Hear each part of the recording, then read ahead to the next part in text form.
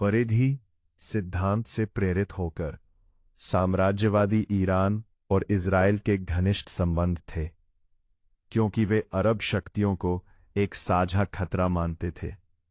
1969 की इस्लामी क्रांति के बाद ईरान ने संबंध तोड़ दिए, लेकिन बाद के ईरान-इराक युद्ध के दौरान गुप्त संबंध जारी रहे।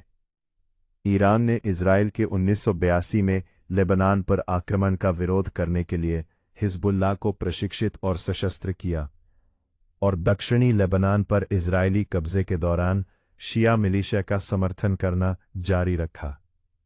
1969 से पहले भी ईरानी इस्लामवादियों ने फिलिस्तीनियों को भौतिक रूप से समर्थन दिया था।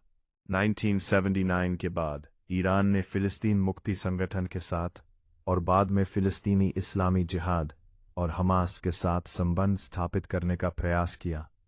इज़राइल ने 2006 में हिज़्बुल्लाह के साथ युद्ध लड़ा। इज़राइल ने गाज़ा पट्टी और उसके आसपास फिलिस्तीनियों के साथ कई युद्ध लड़े हैं। 2008, 2009, 2012, 2014, 2022, 2021 और 2023 से 1982 का लेबनान युद्ध और गाज़ा युद्ध अरब-इज़राइली संघर्ष के सबसे घातक युद्ध रहे हैं। ईरान-इज़राइल संघर्ष के कई कारण बताए गए हैं। ईरान और इज़राइल के बीच पहले साझा खतरों के कारण सौहार्दपूर्ण संबंध थे, लेकिन 1990 के दशक तक सोवियत संघ का विघटन हो चुका था और इराक कमज़ोर हो गया था। ईरानी इस्लामिस्ट लंबे समय से फिलिस्तीनी लोगों के समर्थक रहे हैं, जिन्हें वे उत्पीड़ित मानते हैं। विद्वानों का मानना है कि फिलिस्तीनियों का समर्थन करके ईरान सुन्नियों और अरबों के बीच अधिक स्वीकृति प्राप्त करना चाहता है, जो दोनों मध्य पूर्व में प्रमुख है। कई बार ईरान ने फिलिस्तीनियों की दुर्दशा के जवाब में एक राज्य और दो राज्य समाधान का समर्थन किया है, जबकि देश ने इज़राइल के पतन की भविष्यवाणी करने के लिए अधिक भड़काऊ भाषा का भी इस्तेमाल किया है। इज़राइल ईरान को अपने अस्तित्व के लिए खतरा मानता है।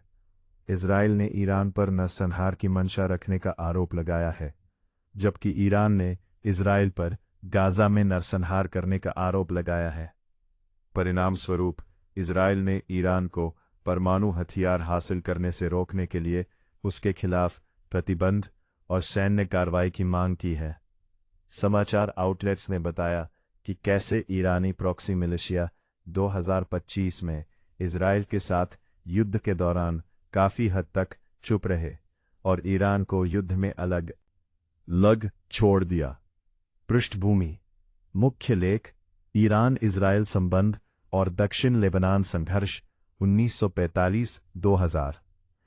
ईरानी इस्लामवादियों का फिलिस्तीनियों के प्रति सहानुभूति का एक लंबा इतिहास रहा है। 1939 में ईरानी अयातुल्ला महमूद तालेबानी ने वेस्ट बैंक का दौरा किया और फिलिस्तीनी शरणार्थियों की दुर्दशा से व्याकुल हुए। तालेबानी ने 1950 और 1960 के दशक में फिलिस्तीनियों के लिए वकालत करना शुरू किया।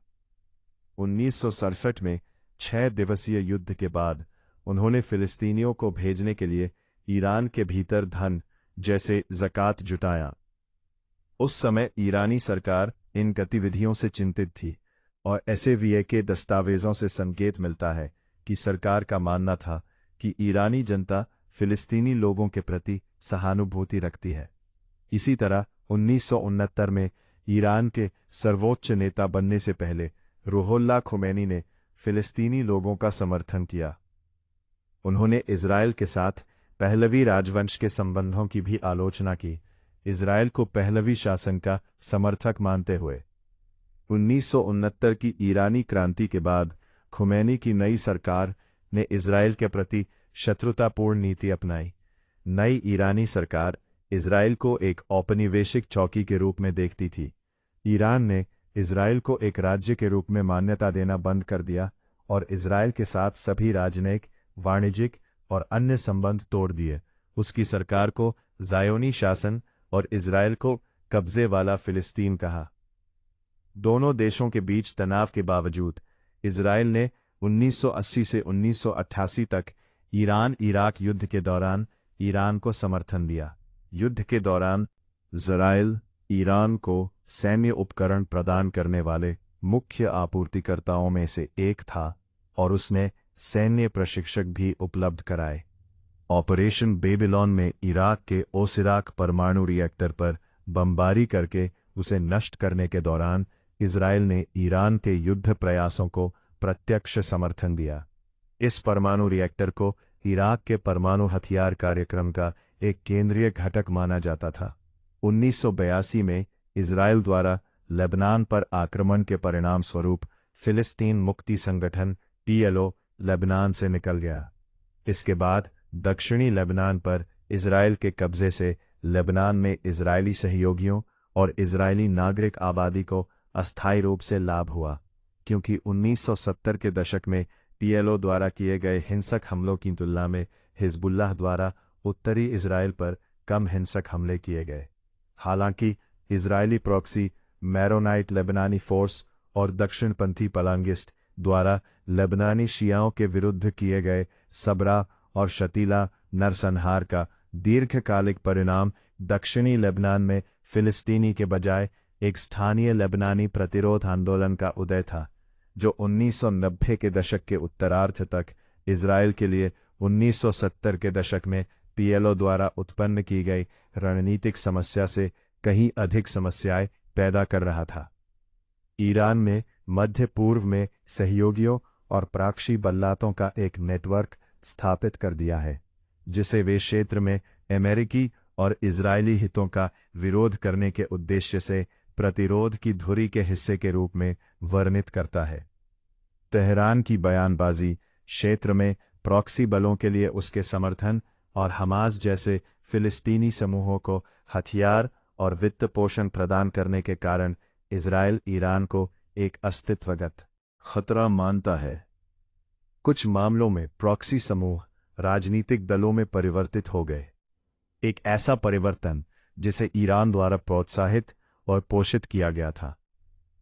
इन दोहरी भूमिका वाले प्रॉक्सी ने आतंकवादी गतिविधियों को छुपाते हुए राजनीतिक वैधता अर्जित की। अमेरिकी खुफिया अधिकारियों ने कहा कि उनका मानना है कि ईरान व्यापक संघर्ष नहीं चाहता है, ये तर्क देते हुए कि ईरानी प्रॉक्सी का प्राथमिक लक्ष्य बड़े पैमाने पर युद्ध को भड़काए बिना इज़राइल और संयुक्त राज्य अमेरिका को निशाना बनाना है। संयुक्त राज्य अमेरिका को इज़राइल का सबसे बड़ा सैन्य समर्थक माना जाता है। जर्मनी, ब्रिटेन और इटली ने भी इज़राइल को हथियार आपूर्ति की है। स्टिम्सन सेंटर द्वारा विस्तृत जानकारी के अनुसार ईरान ने ऐतिहासिक रूप से कम 4 मुख्य मोर्चों का इस्तेमाल किया है: गाज़ा में हमास, लेबनान में हिजबुल्लाह, इराक में शिया मिलिशिया और यमन में हौथी। रिपोर्ट के अनुसार इसका लक्ष्य इज़राइल को एक साथ कई मोर्चों पर बचाव करने के लिए मजबूर करना है, जिससे ईरानी परमाणु या सैन्य क्षमताओं पर ध्यान केंद्रित करने की उसकी क्षमता कम हो जाए और इज़राइल पर अप्रत्यक्ष रूप से दबाव डाला जा सके।